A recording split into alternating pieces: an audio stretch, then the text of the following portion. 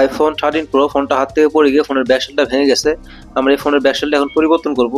আইফোনের ব্যাকশেলগুলো বডির সাথে খুব শক্তভাবে অ্যাটাচ করা থাকে, যে কারণে কিন্তু এই ফোনের ব্যাকশেলগুলো লেজারের মাধ্যমে আসলে কাটতে হয়। আমরা কিন্তু এসে দেখতে পাচ্ছি যে ফোনের ব্যাকশেলটা বডি থেকে লেজারের মাধ্যমে কেটে আলাদা করে নিচ্ছি।